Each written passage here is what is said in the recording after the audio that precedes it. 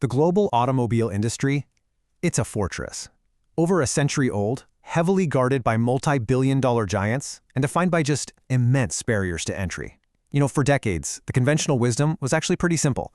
You just do not start a new car company. The economies of scale are way too vast, and the capital intensity, it's completely crushing. But today, in this explainer, we're going to look at what might just be the ultimate corporate heist. We're going to decode exactly how a startup, with literally zero experience in the automotive world, managed to infiltrate this fortress, totally rewrite the rules, and walk away as the most valuable car company on Earth. So let's really think about this for a second. How exactly does a startup conquer an industry that's been locked down since the days of Ford's Model T? When this company was founded back in 2003, the barriers weren't just high, they were almost insurmountable. Not only did they face massive financial hurdles, but the electric vehicle technology required to actually match the performance of a gas-powered car, it simply didn't exist. And the critical infrastructure, like the charging network you'd need to actually keep those cars on the road, was completely non-existent. Honestly, it was an impossible gamble. In fact, the odds of surviving this gamble were so vanishingly small that the company's own architect and CEO, Elon Musk, gave his company just a 10% chance of success. Yeah, 10%. But, as we know, they didn't just survive. They completely dominated. And they did it using a highly classified, meticulously sequenced corporate code, a secret blueprint. So let's break this down. Phase 1, develop alternative technology. In the early years, armed with just $187 million in venture capital, which is nothing in the car world, by the way, they put on blinders. They didn't try to build a whole car from scratch. Instead, they actually outsourced the physical body from Lotus and assembled it in a makeshift service bay. They focused almost every single dollar they had on the exploratory R&D of a proprietary electric powertrain, eventually filing 131 patents just for that system. Their one and only goal? Prove without a doubt that an electric vehicle could match the range and performance of a Ferrari. Then they shifted gears. Phase 2, learn and build in volume. Leveraging all the hype and capital generated by that first car, the Roadster, they went out and bought a massive factory in Fremont, California. They filed 146 new patents for vehicle structures, and this time, they designed the Model S entirely in-house. And the result? It literally broke Consumer Reports' rating system. They were learning, they were building in much higher volumes, and they were laying the groundwork for something absolutely massive. Which leads right into Phase 3, scale manufacturing profitably. Because look, if you want to transition the world to sustainable energy, luxury just isn't enough. They needed a mass-market vehicle. But lower prices? That requires unprecedented manufacturing automation and absolutely ruthless cost-cutting. So they poured over $5.6 billion into R&D. They acquired advanced German automation companies, simplified the car's design to reduce assembly steps by a staggering 70%, and essentially engineered the machine that builds the machine.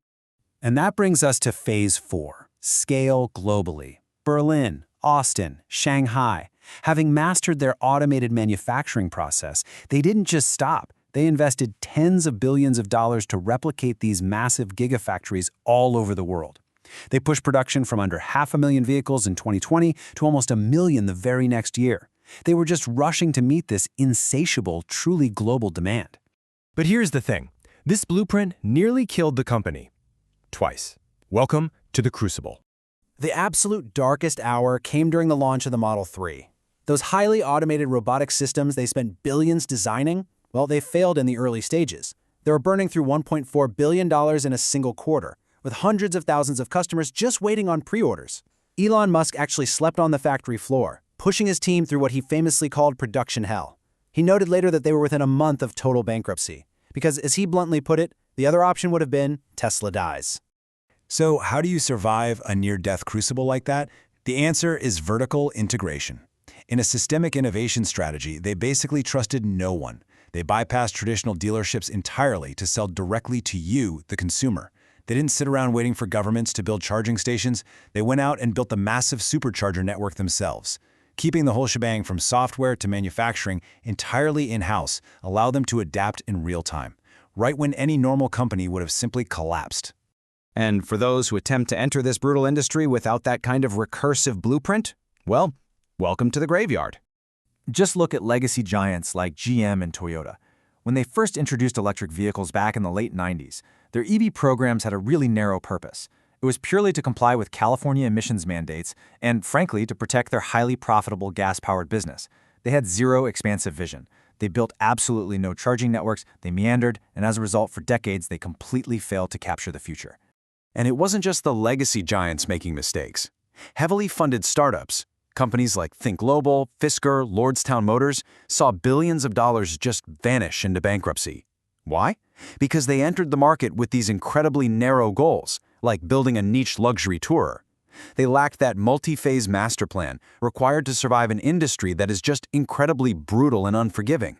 Yet, there is one other automaker that really stands out, BYD. Their success, however, stems from very unique advantages. They have massive economies of scale as a battery manufacturer and, of course, unparalleled access to a heavily subsidized Chinese market. It's a completely different blueprint, but one that was perfectly adapted to their specific environment. But as we pull back and look at the big picture, what's the most astounding realization of this grand strategy? It's that the master plan goes way, way beyond the car. 1.8 million. Think about that number. In 2023, the Model Y didn't just become the best-selling electric car. It unseated gas-guzzling titans to become the best-selling car of any kind in the entire world, generating over $14 billion in net income. The automotive phase had reached its climax. But you have to remember how a recursive strategy works. The EV business, it was really just a mechanism to accumulate world-class assets. Today, they are aggressively seeding the next phase. They're funneling their custom Dojo AI chips, their billions of miles of neural net driving data, and their unparalleled robotic manufacturing expertise into a totally new empire. We're talking full self-driving robotaxi fleets and the Optimus humanoid robot. They infiltrated an impenetrable century-old fortress. They survived the crucible. They literally out-engineered the giants. And now they possess some of the most advanced artificial intelligence and automated manufacturing capabilities on the entire planet, leaving us with one multi-trillion-dollar thought. What industry will this blueprint conquer next?